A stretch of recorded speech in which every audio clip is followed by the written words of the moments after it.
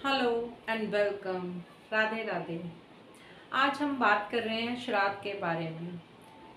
श्राद्ध स्टार्ट हो गए हैं, कुछ लोग बहुत अच्छे से श्राद्ध कर रहे हैं, पर कईयों को श्राद्ध के बारे में नहीं पता है कि उन्हें क्या करना चाहिए और क्या नहीं करना चाहिए। तो आइए इसी बारे में हम बात करते हैं कि श्राद्ध जो है ना, कई लोग बहुत डर जाते हैं कि क्या करें, कहीं हमसे गलती ना हो जाए, कुछ गलत ना हो जाए, हमारे पितर हमसे नाराज ना हो जाए।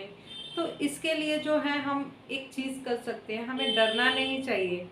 हमें डरना नहीं चाहिए, हमें कार्य करने चाहिए, शुभ कार्य। पितर हमारे को डराते नहीं हैं और ना ही वो कभी हमारे को मारेंगे। कुछ नहीं है, कुछ नहीं डरना है।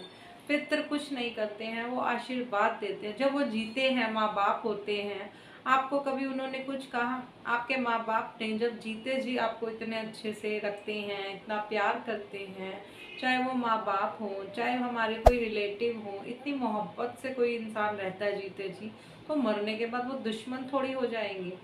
बस वो एक ऋण होता है हमारे ऊपर। कौन होते हैं? जो जीते जी हमारे रिश्तेदार होते हैं, चाहे वो माँ बाप लगा लीजिए, माँ सास ससुर लगा लीजिए, भाई बहन, कोई भी रिश्ता हो सकता है। और कुछ ऐसे रिश्ते होते हैं जो शायद हमारे दिमाग में भी नहीं होते।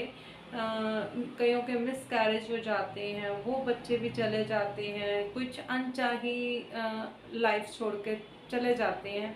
तो वो लोग, उन लोगों के लिए तो शायद कोई निकाल भी नहीं पाता ना, लेकिन वही हमारे ऊपर जो है कर्जे चढ़ जाते हैं।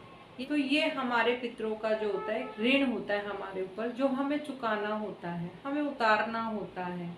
इतना वो भी एक योनि है। जैसे यहाँ पे हम लोग जी रहे हैं, ये एक संसार है। तो वो जो ऊपर चले जाते हैं जो लोग, तो वो भी एक अपनी कश्मकश में जी रहे होते हैं। कईयों को तो देखो आगे के रास्ते मिल जाते हैं, कईयों को नहीं भी रास्ते मिल पाते।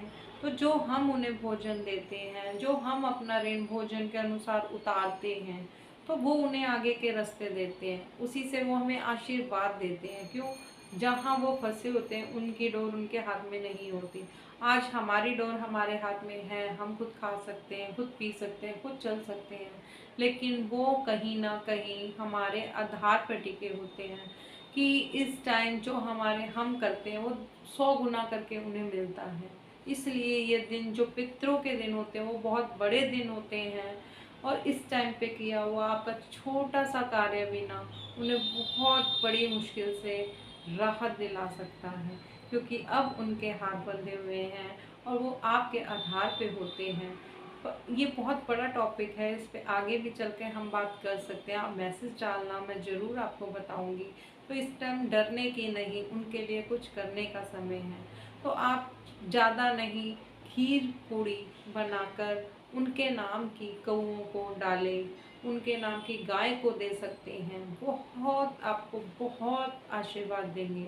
वो कभी आपको रुष्ट नहीं देख सकते, वो भी देखते हैं, वो भी आशीर्वाद देते हैं। वो जब उन्हें अपने रास्ते मिलते हैं ना, तो वो अपना आशीर्वाद आपको दे के जाते हैं। तुम 100 गुना फूलते हो, फलता है आपका परिवार।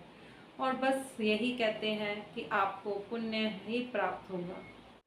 तो उनको जो भी आपको लगे कि हाँ भाई, आप बहुत कुछ हो, आपके पितर आपसे नहीं मांगते हैं, डरिए नहीं और उनके लिए करिए, भाव से करिए। खीर पूड़ी ही सही, ज़्यादा वो नहीं कहते हमारे लिए आप 36 पकवान बनाइए, वो नहीं कहते आप हमारे लिए बहुत कुछ करिए। बस आप भाव से, दिल से, अपनी पॉकेट अनुसार जितना भी करना चाहेंगे, भाव से खीर पूड़ी बना के आप गौओं को खिला दीजिए, गाय को खिला दीजिए। बस इतना ही इनफ हो जाता है। कई बार आपके भाव सबसे ज़्यादा मैटर करते हैं और वो आपको बहुत दिल से आशीर्वाद देंगे। आप करके देखिए और ज़रूर करिए, और करना भी चाहिए। आपको इतना आशीर्वाद देंगे, आप खुद ही कहेंगे। और उनके लिए ज़रूर करिए, उनके लिए दिल से, भाव से करिए, और वो अपने दिल से, भाव से ही आपको आशीर्वाद देते हैं। कोई नाराज नहीं होते। जब उनके खुद के रास्ते अटके होते हैं तो वो आपको क्या ही दे सकते हैं। तो वो थोड़े रुष्ट हो जाते हैं और उसी को पितृदोष बना दिया जाता है।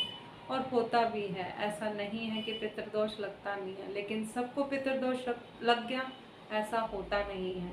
तो जितना आपके अनुसार हो आप उनके लिए उनके निमित्त जरूर करिए, आपको वो आशीर्वाद ही देंगे।